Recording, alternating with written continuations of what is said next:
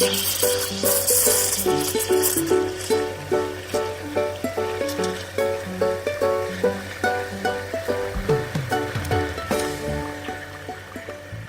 to Teaching Brewed. Today, we're going to be talking about a book that we've been reading, which is pretty interesting. It's called Classroom Management in the Digital Age. Classroom Management in the Digital Age is authored by Heather Dowd and Patrick Green. Heather is a teacher, educational technology coach, science enthusiast, and learning, and she is based out of the United States right now, but she was a teacher in Singapore for many years. And her co-author, Patrick Green, is an educational technology coordinator and site director for the Global Online Academy for the Singapore American School.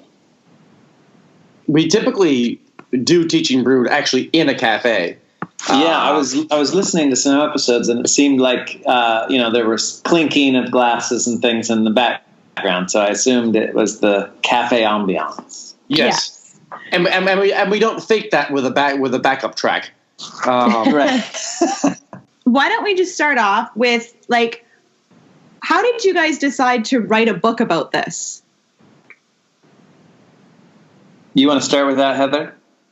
I can start with that. Patrick and I were working together at Singapore American School in the middle school, and we helped our middle school go one-to-one. And in that experience, we learned a lot from the great teachers that we work with and from schools all around the world, really, who were already doing this. And we wanted to learn as much as we could before we launched our own program. And so this kind of came out of a conversation of what have we learned, and also, what's a resource that's not out there. And there are a lot of books on classroom management, but we didn't find anything specifically around classroom management with devices. And that was kind of the beginning of it. Cool. And when you guys were writing the book, what were some of your bigger challenges? Well, actually, it was a great experience writing together and collaboratively. I think when we set out, one of the things we wanted to do was be able to put it all in a way that gave people encouragement. That wasn't saying, here's this new way of doing things, but actually giving encouragement to expert teachers who have been managing classrooms for years. Give them the encouragement that what they've been doing has worked in their situation, but in a new situation with devices, things are different. But how can you use some of those previously used strategies? How can you adapt them to kind of a new world? And I think fitting it all within that kind of encouraging mode was certainly a goal of ours. Almost to make it what can appear to look like a beast of a thing to do, to actually appear quite easy to quite using the knowledge you already have to do it. Well, I think that was a big goal for us, because we knew that there were people who you would say they have so much to teach you, these expert teachers that had fear based on going into an environment that they hadn't been trained in and they hadn't been practicing in for years. And I think that some of the feedback we've received absolutely has been a lot of people kind of going, oh, yeah, I just needed to see it written like that. I just needed to be told that, yes, I do know how to do this. And so, yeah, that's been really good feedback. So if a school is wanting to go down this road and you've got a whole bunch of veteran teachers and you've got a few new teachers and stuff like that, a typical school, then what kind of challenges could a teacher expect to face? Well, I think the biggest challenge is mindsets. And I would say maybe the challenge for the school would be the mindsets of the teachers, because if you can get through that hurdle, then it's all going to work. I mean, there are laptop programs or device programs, tablet programs all over running smoothly. They're all over, and they could be running not so smoothly. But it's not necessarily that new anymore. There's over 20 years of research of places that have been doing it now. So there's plenty of examples out there for us to learn from. But when a teacher takes it on, in fact, there's a little piece in the book that kind of talks about this. The number one thing for a teacher to make it be successful is just to have the right mindset, which is, I can do this, we can do this, it's what we need to do, and let's do it. And I think another hurdle is planning. I've been traveling for this past year around the U.S. visiting schools, some of whom have had one-to-one for a few years and some of whom are rolling it out right now. And the kind of my, I guess, anecdotal takeaway from visiting these schools is that the ones that kind of just bought devices and rolled it out are struggling. And they're struggling with things that I don't think that we struggled with because we put so much effort and time into planning the program ahead of time. And that's been kind of a trend I've noticed.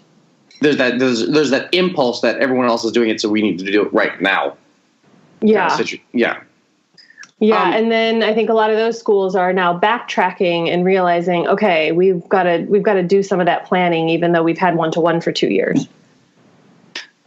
Right. Yeah, diving in without quite realizing the consequences of that dive, so to speak.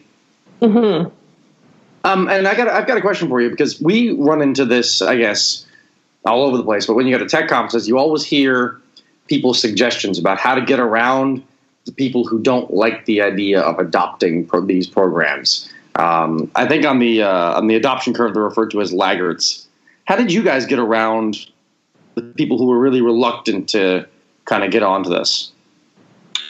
I think we had a couple things going for us. Our superintendent was very forward-thinking, and it was basically part of working at our school to say that you believe in integrating technology, using current tools with students.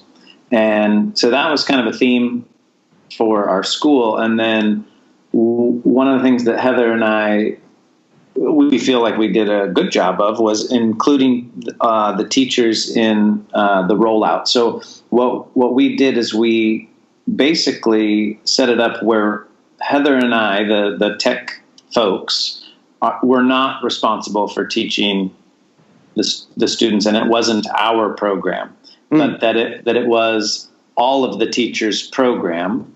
And that when we ran a kind of a start of year boot camp to get all students on the same page, we also designed it with teachers in mind so that all the teachers could also be on the same page. So we had the social studies teachers delivering digital citizenship lessons, and we had the science teachers teaching the students how to print, and we had the language arts teachers teaching the students how to post images and text and video in their blog, and we had the math teachers helping students know how to submit work. And so basically getting everybody kind of pitching in together, and then of course relying on one another to have taught the students the various components. And then we worked with teachers to tweak those lessons and things so that there was, I think, a considerable amount of buy-in to do it well. So there wasn't this assumption that, the other teacher taught it, so they'll know it automatically. No, we divided everything up so that everyone had to teach a different piece, and then yes, they did rely. There was an assumption that people did their job. Okay, yeah, okay.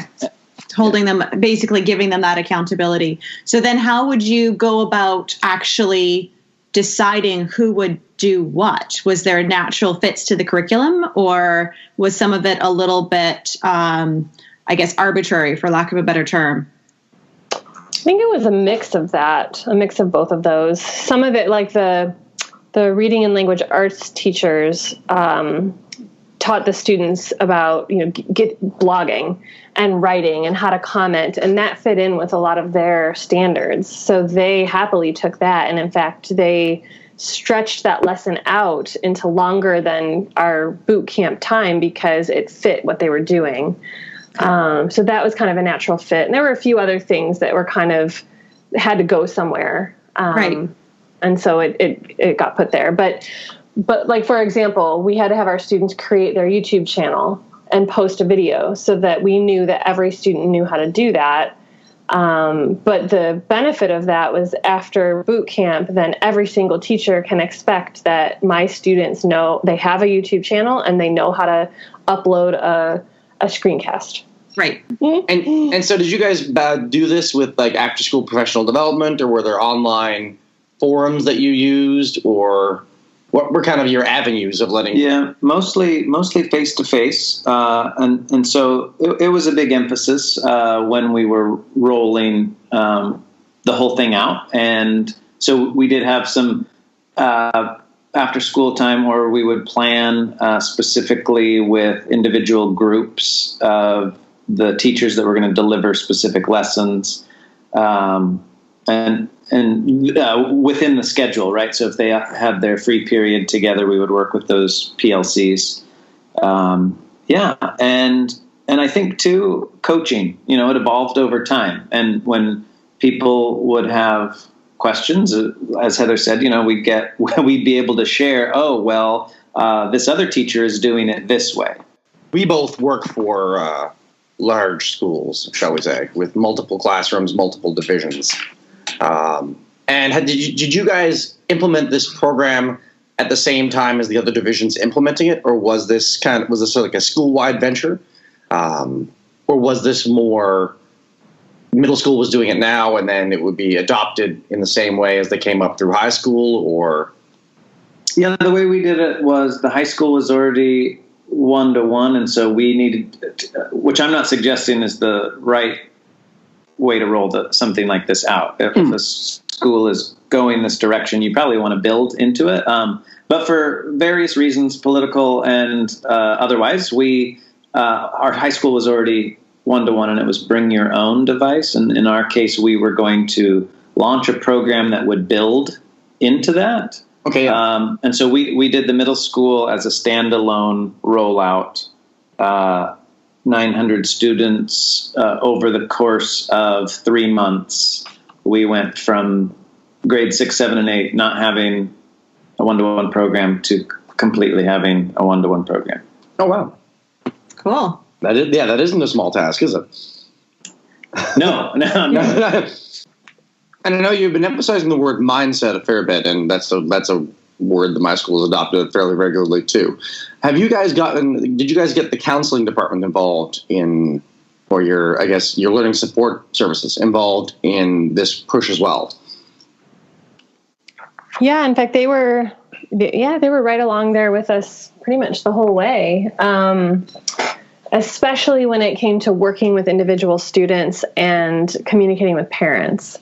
We had a number of parent workshops that we were all present at, and really discussing like what our common message is going to be, and we met fairly regularly as well to just calibrate, like, what is our belief about such and such, and what's the best way to work with students that need help in this area. So that's been nice. And I recommend that, schools that are rolling out 1-to-1, I recommend that it's a team approach between administrators, counselors, teachers, and technology integration specialists. That's all we have time for today, but do make sure that you tune in for our next one for part 2.